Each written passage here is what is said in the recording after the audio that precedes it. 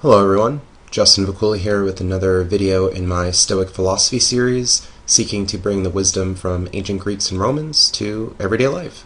This video will be about Epictetus Discourses, Book 1, Chapters 7 and 8. You can find me online at justinvacula.com, Facebook, Twitter, Instagram. Feel free to subscribe to my channel, like, share, and comment. Alright, let's get started. Chapter 7 on the use of arguments resting on equivocations and hypothetical arguments and the like. This chapter mainly deals with the practicality of philosophy in studying, applying logic and reason to our everyday lives. Epictetus takes the position that being carefully studied, that being a reasoned person will improve the quality of our lives. He writes, "For what we seek in every manner is how the virtuous man may find the path he should follow, and the way he should behave with regard to it." So here it's theme within Stoic philosophy that we're going to apply reasoning, that we're going to apply virtue to every part of our life, that we're going to seek to improve our lives, behave well, behave with grace, virtues that the Stoics bring up that I spoke about in previous videos and will continue to speak about. Humility being one of them, prudence are some that are discussed in this chapter. Being humble and saying I don't know, in seeking more information, not being too steadfast in a position when there is some contrary evidence. Being prudent, seeking out information, looking to revise our beliefs, and not behaving too quickly, too impulsively, and being careful in our approach. And this is what Epictetus suggests here: engaging in questioning and answering. Avoid behaving casually and at random. So here we're not going to just stick to ourselves, put ourselves in an echo chamber, only be amongst people who agree with us, but rather we're to go about in the world to engage with others, engaging in this questioning and answering, to ask questions of our own beliefs, to question others' ideas so that we can better have justified true beliefs about the world, engaging with different perspectives to challenge our own. And this, Epictetus seems to suggest, is a good thing, rather than simply brushing off other people and just being so committed to the fact that our ideas are the right ones, that the people who disagree with us are bad people or their ideas are just really far off base. In some cases, they will be far off base, but we're not going to discount everyone and discount all other perspectives simply because they're different than our own. Epictetus writes, "Must the person who has granted a hypothesis abide by it and maintain it forever?" Well, no. If we find new information that causes us to revise our belief, then we're to do so. It's a good sign of character that we're willing to change our beliefs when there's good reason to do so, not to just do so rashly or because it seems comfortable or because it happens to be socially fitting in some cases, even though it's a false idea, it's a pernicious idea. We're to behave in a careful process in revising our beliefs when new information is presented that justifies such a change. We see this in discourse, perhaps with politicians who change their ideas. They're labeled as flip-floppers.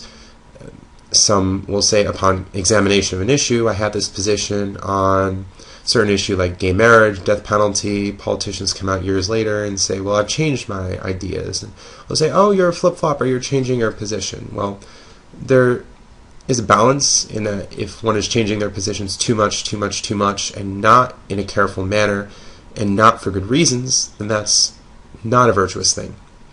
But if we're to change our beliefs, given good reasons, in a careful process, because there are good reasons to do so, then that would happen to be virtuous. Epictetus suggests that we take efforts to perfect our own reason by engaging with conflicting viewpoints and testing. So it's more of what I spoke about earlier, in not just being isolated and not just being in an echo chamber, but rather going out in the world and interacting with other people, interacting with other ideas. This will help us become better thinkers. It will help us apply a process of critical reasoning in one area of life to another that should be helpful. The Stoics talk a lot about taking a practice of applying virtue in whatever circumstance you happen to be in. So if one happens to be learned in one area, we can use that process of gaining information and behaving, applying it to another. And one Epictetus talks about some people who are contrary to this position of careful reasoning. They'll say, oh, well, it doesn't really matter.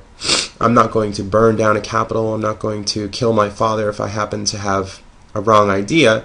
Well, the consequences might not be as grand as death or a building burning, but the consequences can indeed be bad. If we happen to maintain a false idea about the world, this is not a good thing. We shouldn't be focused on grave consequences. Even minor consequences are something to be worried about, as one belief can inform another and lead to a certain action, and that could be problematic.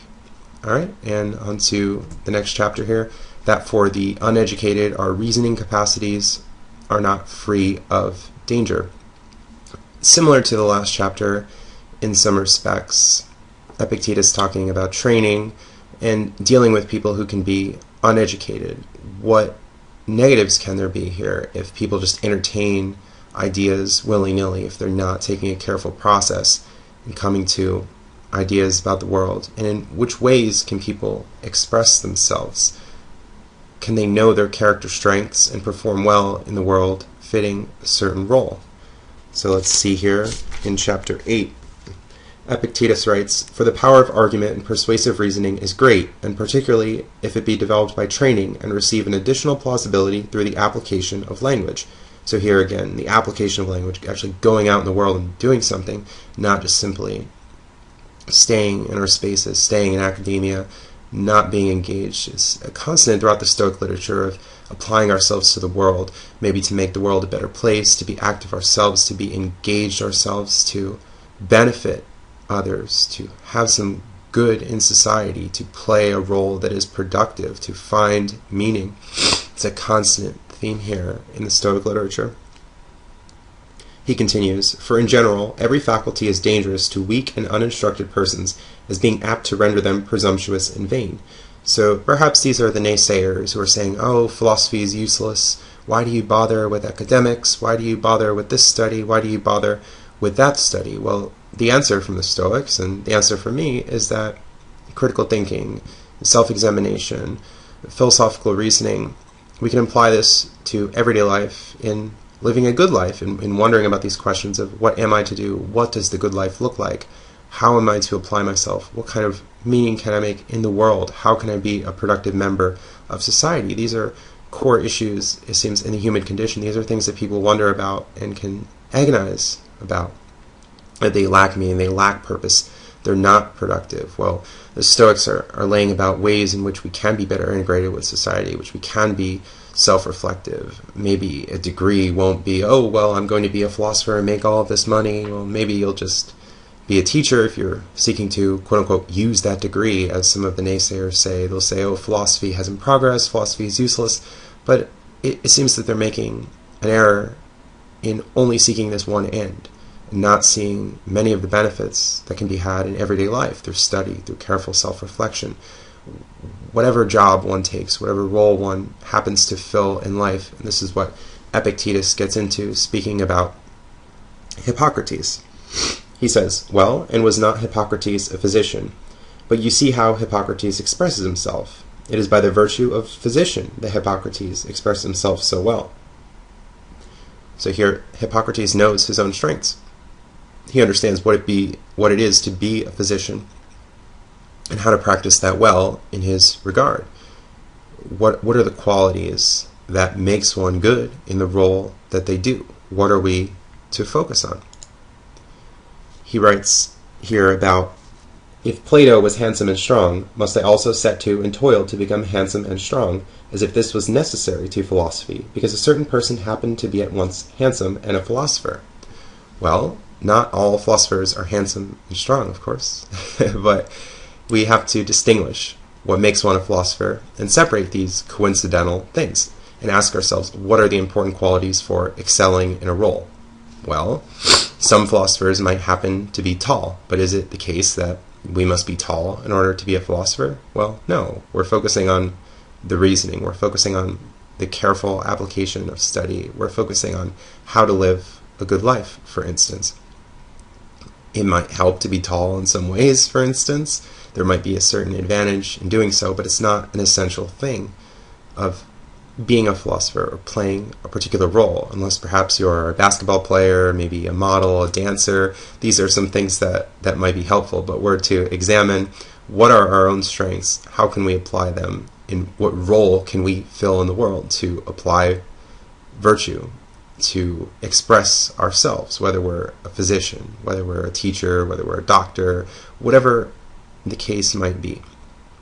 And this is a good thing to examine, especially for people who might be in high school or in college considering what do they want to do for the rest of their lives.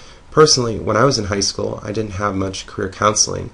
It was simply, well, take this college course, see how this is, then you'll decide what you want to do. Major in this one thing when you don't have much experience in the field.